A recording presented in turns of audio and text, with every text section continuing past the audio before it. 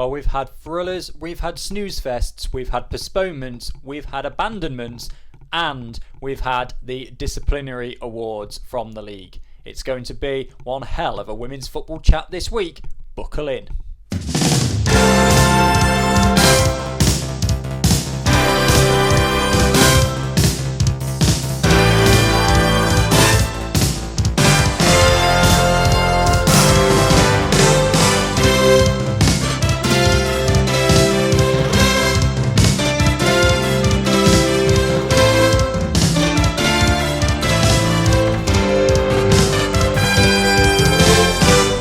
Welcome along to this week's episode of the Women's Football Chat. My name is Chris Gadsby. I'm here every Thursday at 6 p.m, bringing you the very latest from the third and fourth tiers of women's football here in England. That's the FA Women's National League. This is the show dedicated to the FAWNL and the 72 teams within it. And we're back for another week. It's been a busy week. We've had pretty much a full programme of results to go through. One game last night that has yet to be acknowledged by the league in any shape or form. And we've got the FA Cup for 48 of our sides this weekend. So we've got lots to go through on this week's show. Just a quick one. You may remember a couple of weeks ago I mentioned that I had to do some running repairs to my laptop, and that's why the show was delayed that week. Those running repairs didn't work, so my laptop is currently back being repaired with Dell.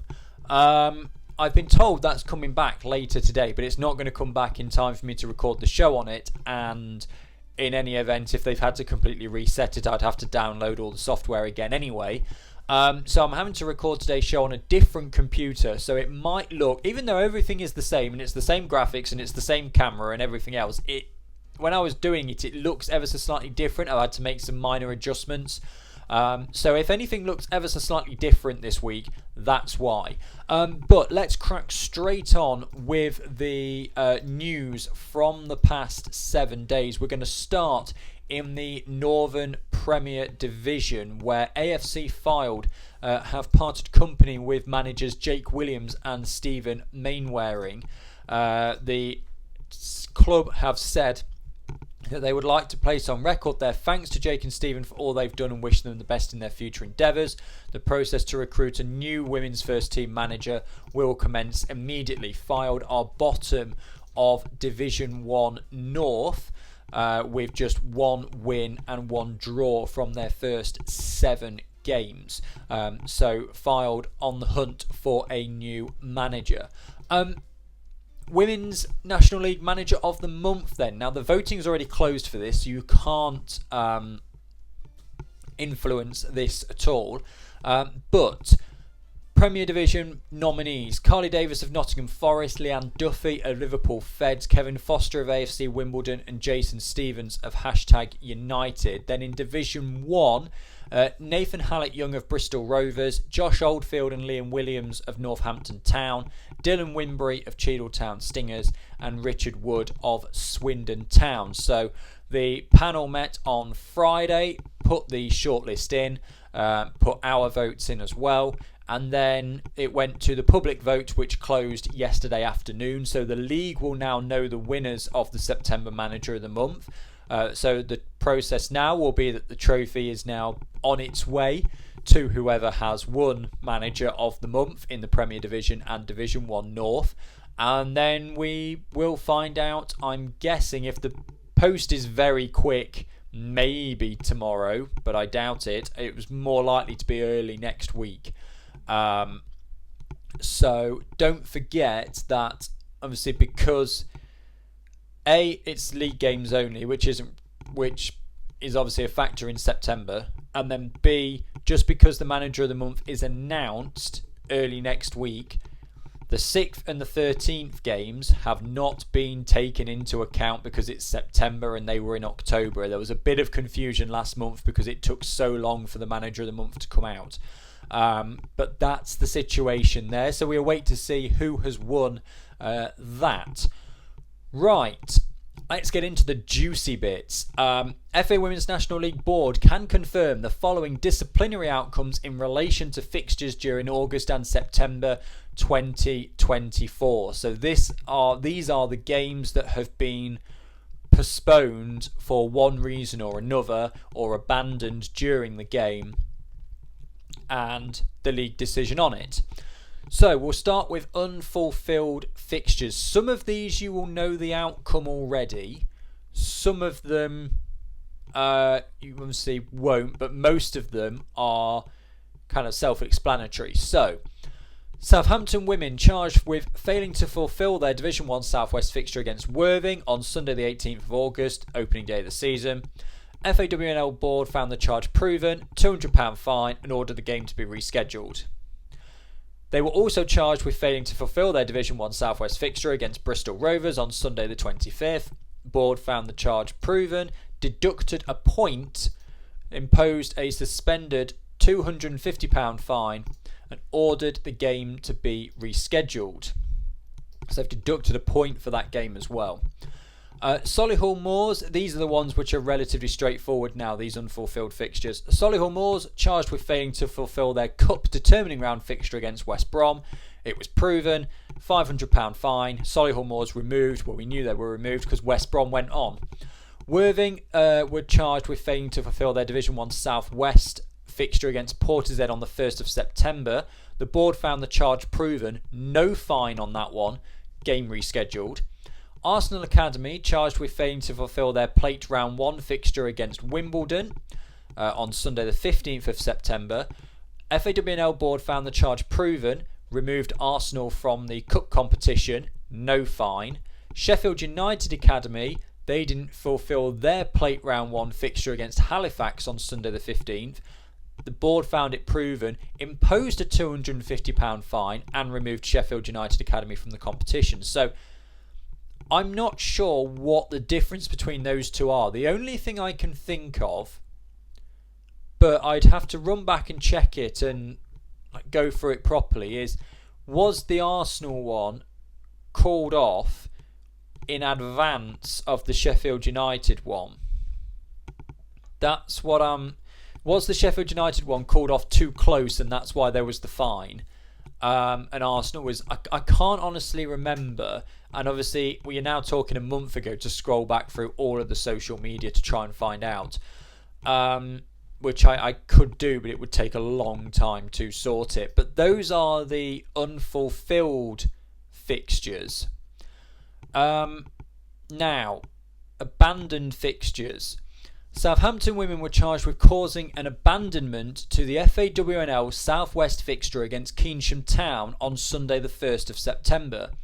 The FAWNL board found the charge proven and have awarded the game to Keynsham Town. That one is interesting because this was the only evidence we have for this. Firstly, they've awarded the game to Keynsham rather than making it be replayed. Secondly, the only evidence we have from this game, because Keynsham Town don't tweet, is what Southampton Women's put on their Twitter. What Southampton put on their Twitter was 82 minutes, game has been suspended due to thunder and lightning. Then later on, still waiting for the weather to subside. Then they said players are back out warming up, and then the game has been called. So, and this was on 82 minutes. There was only 10 minutes or so of the game left. Keynsham Town 5-0 up at the time. There has to therefore be the presumption that Southampton women have said something, refused to play the last 10 minutes, something along those lines, for them to be the ones that are deemed to have caused the abandonment. Now, they've not commented on this one. They are appealing that 1 point deduction for their game against Bristol Rovers. So the game against Bristol Rovers, they've been given the point deduction and the game is being rescheduled. The game against Keynsham Town is being been awarded to Keynsham. I asked the league what the situation was. Is it going to be the bog standard 3-0 win, the game never happened? Is it going to be 5-0 and all the player stats from the game still count? Because Naomi Clipston got a hat-trick in that game. She'll want that game to count. The league got back to me. They said, no, it's going down as 5-0 to Keynsham, which was the score at the time of the abandonment. So those player stats will count as well, which rockets Naomi Clipston up the leaderboard for Golden Boot at the end of the year. So Keynsham have been given 3 points. Southampton women deducted a point. Fixture between York City and Barnsley in Division 1 North was abandoned due to an injury to a player. The board is being replayed in full. Fixture between Middlesbrough and York City was abandoned due to an injury to a player. Board ordered the match to be replayed in full, which is what normally happens. It's the ones with Southampton women that are the interesting one in that. Southampton women deducted a point, and Keynsham Town have been awarded that game, which they were 5-1 up. It was 5-0, up with 10 minutes to go. So it's not as though Southampton women were going to come back into that game, but it's interesting that that game has been awarded so early in the season, and given that, Southampton women, if they now end up going down on goal difference when they have played fewer minutes than anybody else, they might feel hard done by. Equally, Keynsham, if they miss out on promotion, I don't think they're going to, because Swindon Town and Bournemouth are just so good this year, but they could miss out on promotion by goal difference. They could feel hard done by that they weren't given the 10 minutes to try and get anything more from that game. So, interesting precedent that's been set. We'll have to see if anything happens later on in the year surrounding that as well. Right, let's go into the results then. We'll start in the Northern Premier Division, where Burnley beat Derby County by 2-0 to keep up their charge towards the top of the table. Goals in this one: Brennan McPartlin in the 20th minute and Amelia Alice Hazard in the 62nd minute. That's another thing as well. I finished yesterday. I did all of the stats from the weekend because the teams get 48 hours to put the stats in. There was nothing missing at all. We are still waiting. There's about 7 now Opposition Player of the Match awards missing. But it may well be come the end of the season that they're not going to make a difference anyway. But yeah, that's all we're missing now. I'm still unsure about goals. There might still be some goals missing, because if they were missing, I went and sought them out myself rather than making a big list of what was missing. So, but yeah, for the first time, everybody, I think there was 2 attendances missing, but everybody has put in everything they were supposed to, which made my life much easier when it came to doing the stats at the end of the week. So yeah, really nice to see that everything had been done properly. Hull City winning by 2-1 against West Brom. Hannah George with the goal for the visitors, but Hope Knight and Helen Linsky with the goals that gave Hull 3 points. Convincing victory for Forest against Halifax. They won by 8-0. A brace for Sophie Domingo and 1 each for Bridget Galloway, Millie Chandarana, Casey Howe, Holly Olding and Charlie Wellings. There was an own goal in there as well from Halifax. Big win for Stoke City, 6-0 over Sporting Cowser. Delphi Cole in the 3rd minute, so really early opening the scoring there for Stoke. And then Tamara Wilcock, 31st and 51st minute. And then Millie Ravening, 84th, Rosine Cavell, 86th, and Jessica Reville in the 93rd minute. Liverpool Feds winning away at Stourbridge by 2-0. A brace for Olivia Francis in that one. And Wolves winning at home to Rugby by 2-0. A second half brace for Charlotte Greengrass. means that in the table, Forest are still top, but by only a point. That stayed the same. Burnley and Wolves are up a place each. They remain 1 point behind Forest. Rugby Borough, after losing to Wolves, drop down to 4th. Liverpool Fed stay where they are in 5th. Stoke City are in 6th. They do have a game in hand, although their goal difference is so insignificant in comparison to Feds and Rugby Borough that even if they win that game in hand, they're unlikely to climb a place. They are up 1 place though at the expense of West Brom. Hull City in 8th go above Derby County, who drop down to 9th. They are 6 points clear of the drop, but all the teams below them do have a game in hand. And then Stourbridge, Halifax and Sporting Cowser make up the bottom 3. So Southern Premier Division results then. Hashtag United really like their 3-0 wins. Do hashtag. They have another one this weekend. I think is that in all competitions? Is that 3 in a row or 4 in a row now? 4 in a row. 4 3-0 wins for hashtag United in a row. MK Dons, Lewis, Derby away in the Cup and AFC Wimbledon. So yet another 3-0 victory for hashtag United. That must be getting on for some sort of record as the most 3-0s in a row. Goals in this one: Francesca Finley's son, Victoria Frank and Macy Nichols for hashtag United. Exeter City against Billericay Town was abandoned at half time. The weather got the better of the game there, so that will have to be replayed. That's a long old trip for Billericay Town to go there again. Gwalior United 4-0 winners over Milton Keynes Dons. Macy Miller, Kira O'Keefe and a brace for Corey Williams Mills for Gwalior United. A 0-0 draw between Ipswich Town and Watford, so two teams up towards the top, both drop points.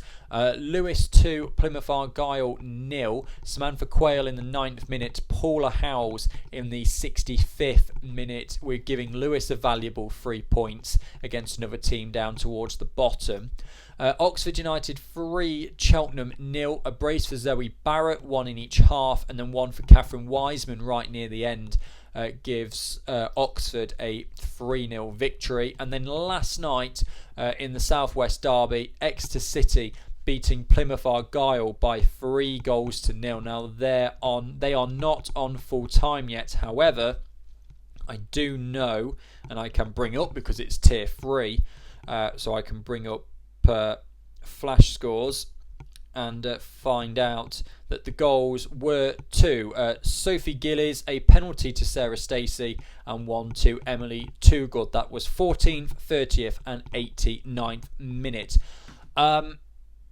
Not that has been acknowledged by the league in any way, shape or form. There was no promotion of it yesterday prior to the game. The result didn't go out. Granted, we are very early on Thursday morning, but no new table has gone out. So this is the updated table for the Southern Premier Division. Hashtag United lead the way by 3 points now. Oxford United are up to 2nd at the expense of Ipswich, who, as I said, dropped those points with that draw with Watford. Exeter are up to 4th after winning last night, so Watford down to 5th. Lewis up 2 places, they're in 7th now. That win lifted them all above those teams on 8 points, with Wimbledon losing, Cheltenham losing. Gwalior United won. It's now a 5-point gap between the bottom 2 of Plymouth Argyle and Milton Keynes Dons and the rest of the field. Let's move through then to the Tier 4 and Division 1 Midlands. So Lincoln United 3, Sutton Coldfield Town 2. Goals in this one. A very late winner for Lincoln United, 90th minute to Alice Hayes.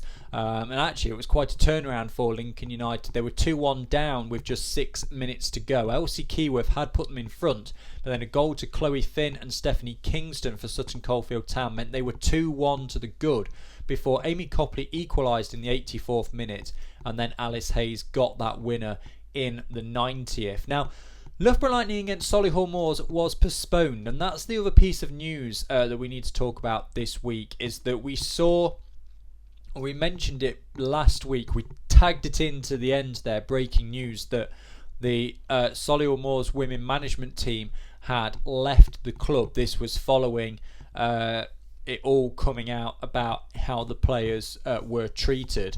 Now, Solihull Moors women put their statement out on the 4th, which was Friday. This was later on. Solihull Moors Foundation can confirm they've accepted the resignation of the manager and coaching staff of the women's first team. We thank them for their hard work and wish them well for the future. The search is already underway for a new backroom team to work with the players and develop both a successful first team and a thriving women and girls pathway that allows female players in our community to grow and progress. We've spoken to the players. They are aware of the help the foundation will give them, the continued support of the entire football club. Unfortunately, the departure at short notice of the management team means this weekend's first team game against Loughborough has been cancelled. We will now work hard to put in place a management structure and coaching team that allows the team to move forward in a positive environment. So,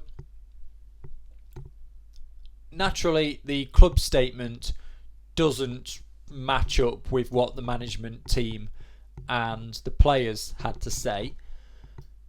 I would be surprised. Well, it will probably end up getting replayed, but there will be repercussions on this because that is just failing to fulfill a fixture. I'm sure there was somebody at the club that could have stepped in just for that one game to get it played. So I would be very surprised if we don't hear anything further on that from the board in the coming weeks. So that one was postponed. So Loughborough Lightning not having the best of time of it at the moment. Their games are really struggling to get played at the minute. They had the Northampton postponement, so they've got 2 in hand now on the teams they're trying to catch. Northampton Town 2, Barnsley Women's 0, another victory for Northampton. They started early. Jemima Footit in the 3rd minute, Faye Noble in the 56th minute, getting their second. Barnsley had gone down to 10 in that game as well. But game of the day in Division 1 Midlands has to go to Notts County against Peterborough. Notts winning by Peterborough winning by 4 goals to 3, but Notts County had been 3-0 up in this game against Peterborough. Shaniqua Barnes in the 8th minute, Nicola Russell in the 19th and Tony McHamilton in the 40th. 3-0 up with 5 minutes to go to half time. Lauren Wilshaw did get one back for Peterborough in the 42nd minute. So it was 3-1 at half time. Peterborough then completing the comeback with late goals. Evie Driscoll King in the 53rd made it 3-2, and then 2 in the final 10 minutes. Renee Bennett in the 80th, Lauren Wilshaw in the 86th. This is the sort of game where teams who are going to get themselves promoted and are going to be in and around the fight at the end of the season, they find a way to win. From 3-0 down to winning 4-3. Peterborough with the 3 points, and heartbreaking for Notts County. Worcester City 0, Boldmere St Michael's 3. 2 very late goals from Boldmere here. Janelle Stracker in the 7th minute had put them in front, but Worcester had to play a lot of the game with 10, with Chloe Bellamy sent off in the 14th minute. But even with playing against 10 for the vast majority of the game, 75 minutes or so, it was 90 plus 3 and 90 plus 5, the 2 goals from Boldmere St Michael's, that gave them the 3-0 win in the end. Stracker with her second, and then Tilly Astle in the 95th minute. And then the later kick-off, Leafield Athletic 3, Lincoln City 0. Jessica Lowe in the 43rd minute, Megan Jenkins 45 plus 3, and Chelsea Tague in the 92nd minute. So what that means for the table then, Peterborough United still at the top, but with Loughborough Lightning not playing again, and wins for Northampton Town and Leafield Athletic, they both climb a place. So they are 4 points back each from Peterborough, but they both have a game in hand. Loughborough Lightning have 2 in hand, and they could go level on points when those get played. So if you were to take all the games in hand and give them as wins to those teams, which they may well do because they're up towards the top, although Loughborough have got to play Northampton, so it's not quite going to work like that. But the top 4 are kind of within a point of each other as we hit a third of the way through the season. That's great for drama coming towards the back end of the campaign. Bournemouth St Michael's, Barnsley women overtook them at the weekend. Last week to go into the top half. Bournemouth St Michael's have now re-overtaken them to go into the top half themselves. Bottom two remains the same. Lincoln City still yet to get off the mark this season. Worcester City 1 point away from safety. Division 1 North then. Barnsley 3, Stockport County 0. Good win for Barnsley this one. Goals to Melissa Turton, Boral, Freya Walton and Emily Pierpont. Cheadle Town Stingers losing by 3-2 to Leeds United at home. Leeds were 2-0 up at half time thanks to a Catherine Smith brace on 7 and 13 minutes. Jessica Gilling getting one back for Cheadle on 48. Amy Woodruff doubling the advantage again on 59 before Imogen Portas-Williams on 65 minutes got it back again for Cheadle, but they could not find an equaliser. They lose by 3-2. In the other battle up near the top, Chorley and Middlesbrough play out a 0-0 draw. So we'll move quickly on to Doncaster Rovers Bells 1, Norton and Stockton Ancients 2. Chloe West and Bianca Owens with the goals for Norton Stockton Ancients here. Izzy Grigg with the 1 for Doncaster Rovers Bells, but it's Norton who take what could prove to be a very important 3 points. Huddersfield Town beating Durham Sestra by 3-2. Now Charlotte Stewart in the 20th minute had put Huddersfield Town in front before Daisy Clark 10 minutes later equalised for Durham. Then 2 goals in the second half to Leah Embley in the 70th and the 80th minute made it 3-1, and a consolation goal for Grace Collinson brought it back to within 1, but Durham could not find an equaliser. And York City beat AFC Fylde in the clash towards the bottom by 2-0, a brace for Katie Astle, 11th and 92nd minute.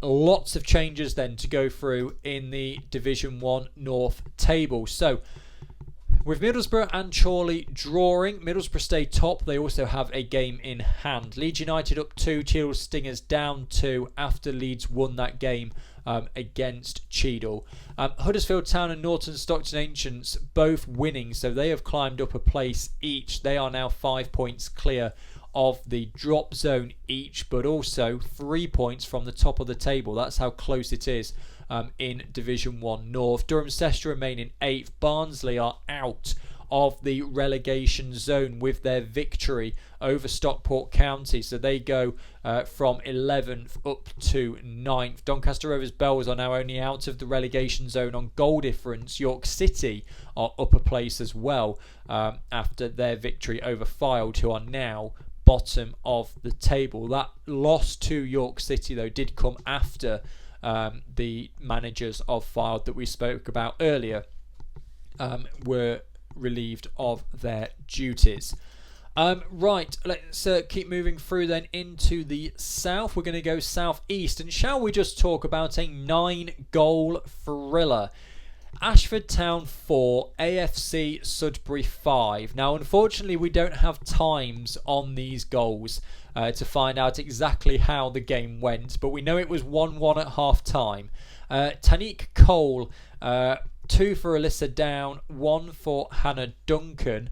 Must have been an own goal in 2 for Alyssa Down and 1 for Hannah Duncan for Ashford Town. For AFC Sudbury, 2 for Jessica Allen, 1 for Lena Nagib and 1 for Eleanor Rossiter. 5-4. It's not often you score 4 goals at home and come out on the wrong side of the result, but Ashford Town not picking up anything from that game. The other thing as well, because I'm having to record this on a different computer, I know it almost sounds lazy saying, I could look it up, but I can't. In order to connect the microphone and the camera to the computer, basically I've used all the slots up and had to disconnect the keyboard.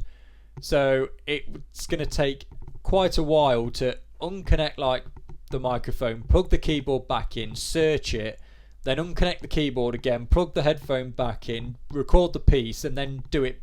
So that's kind of why. It's not just me being lazy. If I had got my laptop, then I would do it properly for you. But normal service, because the laptop is coming back later on today, will be resumed next week. Cambridge United 0, London Bees 4. These were really early goals from London that set the tone. In the first minute, Millie Isherwood, 8th minute, Sophie Lee, Rebecca Wozniak in the 31st, and Hayley Hoare in the 61st. So a very convincing 4-0 away win for London Bees against Cambridge United. Dulwich Hamlet 2, Actonians 0. Jodie Lodge in the 8th minute, Natasha Stevens in the 74th for Dulwich Hamlet. London Seaward against Chatham Town was abandoned. This was due to an injury to a London Seaward player. We have seen online that she's doing okay now, which is the important thing. But that game will get replayed at a later date. Norwich City, yet another draw for them, 0-0 with Rail Bedford. So neither of those sides taking the opportunity to pull away from the other, or in Rail Bedford's case, catch up. And a 1-0 win for Queen's Park Rangers over Keynsham Town. Grace Stanley in the 45th minute with the only goal of the game. So Norwich City now with 3 draws in a row. 3 of their last 3 league games have all been draws, if we have a look at the table. And that just shows, well, a testament to the teams that are stopping Norwich from doing what they need to do, but also that's 6 points that Norwich may feel as though they've dropped in quick succession at the start of this season. You could be in a situation where Norwich would be on 21 and far ahead of everybody else. But they are still top of the table because everybody else are drawing and losing games. The big one, Dulwich Hamlet up 3 places to 3rd. This is how tight Division 1 South East is. You can see there, 3rd, 12 points, 9th, 10 points. One win could theoretically catapult you from 9th all the way up to 3rd in Division 1 South East. And it's only 5 points between 1st and 9th. The bottom 3, Cheshire United, London Seaward and Ashford Town, you feel are already in a mini league of their own to try and be the one team that survives in the league for next season. But Dulwich Hamlet up 3, London Bees and AFC Sudbury up 2 each, Chatham Town down 4 because their game was abandoned, Queen's Park Rangers up 1 and Cambridge United down 4 after losing to London Bees by 4-0. So huge amount of change in Division 1 South East, arguably the most exciting league that we've got so far this season, because you haven't got a team streaking away with it at the top. There are so many teams in and amongst the mix. This is exactly what you want from a league campaign. It's so exciting. Everybody's moving all of the time. The disappointing thing is that we're now going into a situation where we're barely playing league games for the next few weeks, and all this is going to quieten down, which is, as I said, a real shame. Right, let's go then. Final league to look at in terms of results. Abingdon United losing to Bournemouth Sports by 3-0. Bournemouth Sports picking up their first win in the FAWNL. Katie Kingshot, 43rd and 70th minute. Florence Marsh, 86th minute, giving Bournemouth Sports the win. AFC Bournemouth against Keynsham Town postponed because Keynsham Town had travel problems. That was announced at about 10:30, I think it was, on Sunday morning. So that game was off. We'll wait to see if Keynsham get fined for that at all late on. And if it's travel issues, did the coach break down? Did the coach not turn up? Is it out of their control? Is that that was what they're going to argue, I suppose. Bridgewater United 1, Worthing 3. Goals in this one. Worthing down to 10 in the first half, but still able to come away with the victory because they were 3-0 up at that stage. Tierney Scott in the 3rd minute, Sophie Humphrey 19th, and Danielle Lane in the 38th minute. Then Amelia Davis sent off in the 42nd, but Worthing able to hold on. Bethany Everson in the 60th minute, getting the only goal for Bridgewater United. So good 3 points on the road with 10 for Worthing. One of the big games towards the top, Bristol Rovers 1, Swindon Town 1. Swindon have lost their 100% record thanks to a 94th minute equaliser to Megan Jarvis. So Bristol Rovers getting an equaliser in that game. Libby Davis had put Swindon in front in the first half, but 1-1 the result there. Maidenhead United beating Portishead Town by 2-0. Macy Nakia Walters in the 35th minute, Megan Halfacree in the 90th minute with the consolidation marker for Maidenhead United. And Moneyfields beating Southampton Women by 5-0. Kimberly Fuller in the 5th minute, Megan Fox 27th, Charlie Wilson-Wilton 55th, Shannon Albury 74th, and Megan Wood in the 94th minute. So, league table for Division 1 South West. So this is the league table, not as full-time has it, because Southampton Women's are currently appealing their points deduction, and they said they're not going to make any further comment. But what I have gone for is, because I have a lot of knowledge on points deductions, being a Forest fan and with their points deduction from the Premier League last season, the points deduction is applied and then it can be revoked if the appeal is successful. So I've done my table, which is slightly different to full times at the moment, based on, because that deduction has been awarded and it can be given back if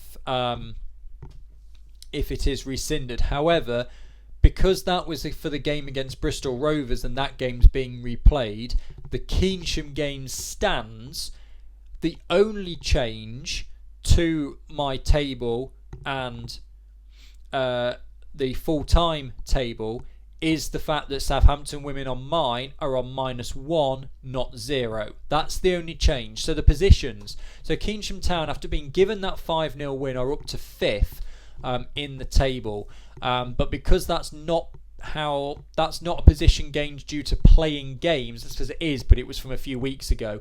I've not put on their arrow on the system. So Swindon Town are top, but they have dropped points now. So AFC Bournemouth, they've got 3 games in hand. They're only 7 points behind. So win them all, they'll go top. Moneyfields are up to 3rd. Yes, they're level with Bournemouth, but they've played 2 games more. Bristol Rovers, after drawing with Swindon and Moneyfields winning, have dropped down to 4th. Maidenhead United up 2 at the expense of Bridgewater United and Portishead Town. Bournemouth Sports up 1 with that win, out of the relegation zone. Abingdon United go into it on goal difference, and Bournemouth Sports do also have a game in hand. Southampton Women's 5 points away from safety as it stands at the moment. So that is the situation with regards to the tables and the results from the past 7 days. Let's now have a look at the fixtures coming up in the next 7 days. There is not a huge amount. We have got games in Tier 3 and then FA Cup in Tier 4. So it is majoritively going to be all about the FA Cup here. So we will go through and have a look at some of these. So we will start with the Northern Premier Division. It's Derby Day, essentially, in the Northern Premier Division. We've got Derby County hosting Nottingham Forest 1st against 9th. We also have West Bromwich Albion hosting Wolves. That is 7th against 3rd. So 2 big derbies in the Northern Premier Division. Elsewhere, Liverpool Feds against Stoke is 5th against 6th. Rugby Borough take on Stourbridge 4th against 10th.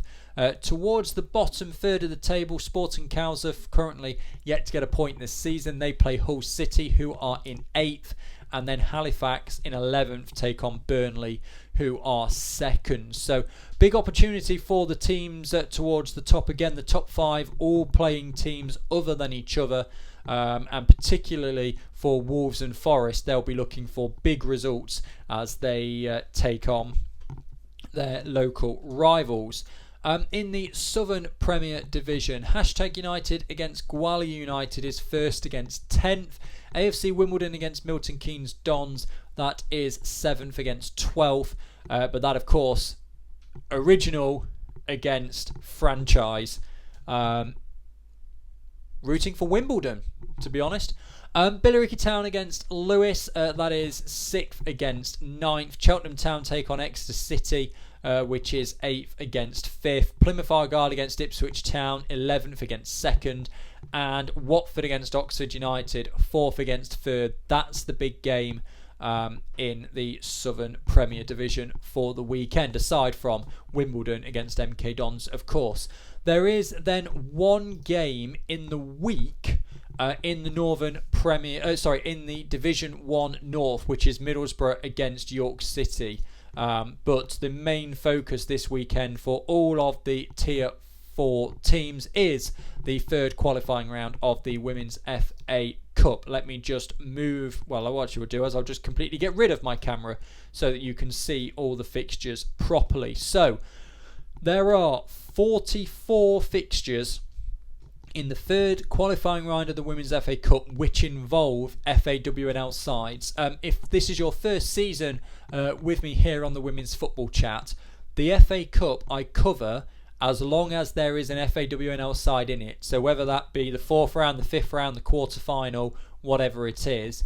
And then I only give the information about the teams, about the ties that involve FAWNL teams. So I think there's something like 90 ties in total, but only 44 involve FA Cup teams. So all Tier 4 North, Huddersfield Town against Barnsley. The team, the numbers in brackets, by the way, that is the tier in which that side competes. So Norton Stockton Ancients have a trip to Tier 6 sides Leeds Modernians. AFC Fylde host Tier 7 Darlington. Chorley take on Stockport County in an all-tier Division 1 North affair. Darwin of Tier 5 hosting Middlesbrough. Alnwick Town against Durham Sestra. Cheadle Town Stingers hosting 6th tier Consett. Doncaster Rovers Bells take on Hull United. York City against Fleetwood Town Wrens. Mancunian Unity against Leeds United. Wythenshawe against Barnsley Women's. Peterborough United host Burton Albion. Crewe Alexandra host Notts County. Worcester City against Redditch Borough. Leicester City Ladies of Tier 6 against Lincoln City of Tier 4. That's a really interesting game because Lincoln City have been struggling in Tier 4. You would hope that they would still be able to beat a Tier 6 side though. Nantwich Town of Tier 7 against Solihull Moors of Tier 4. Leeford Athletic of 4 against Lye Town of 5. Shifnal Town of Tier 5 against Northampton Town of Division 1 Midlands. Alvechurch against Sutton Coldfield Town. Shrewsbury Town against Lincoln United. Loughborough Lightning against Wellingborough Town. Bournemouth St Michael's face Hereford. London Seaward take on Stanway Pegasus. The other thing I love is that some of these teams down in like Tier 6 and Tier 7, they have great team names. AFC Sudbury against Watford Ladies Development. Cambridge United against Real Bedford. Norwich City take on Needham Market. Dorking Wanderers host Ashford Town. Staining Town Community against London Bees. Actonians against Dartford. Chatham Town against Horsham of Tier 7. Abingdon United against Worthing, that is an all Division 1 South West affair. Cheshire United hosting Montpellier Villa. Fulham against Maidenhead United, that'll be an interesting game. Herne Bay of Tier 6 against Queen's Park Rangers. Fleet Town against Dulwich Hamlet. And Portishead Town hosting AFC Portchester, nearly there. Forest Green Rovers against Bridgewater United. AFC Stoneham hosting Swindon Town. Bournemouth Sports host Bradworthy of Tier 7. Yeovil Town against Southampton Women's. Sholing against Bristol Rovers. AEK Bocco are at home to Keynsham Town. Moneyfields host Tier 7 Saltash Borough. And AFC Bournemouth are taking on Bishops Lydiard.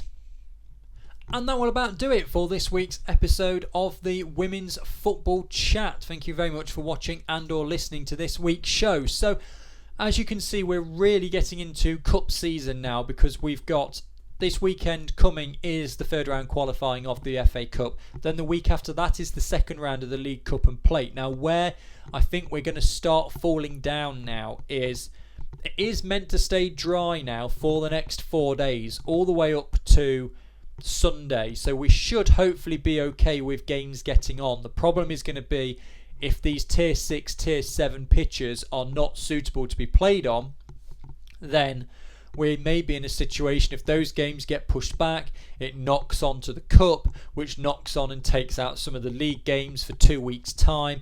Then you're straight into, after 2 weeks' time, then it's the first round of the FA Cup where the Tier 3 sides come in. So you're in a situation where you might have no league games for 4 weeks now. So the leagues are really going to start slowing down. We're going to focus a lot on the Cups.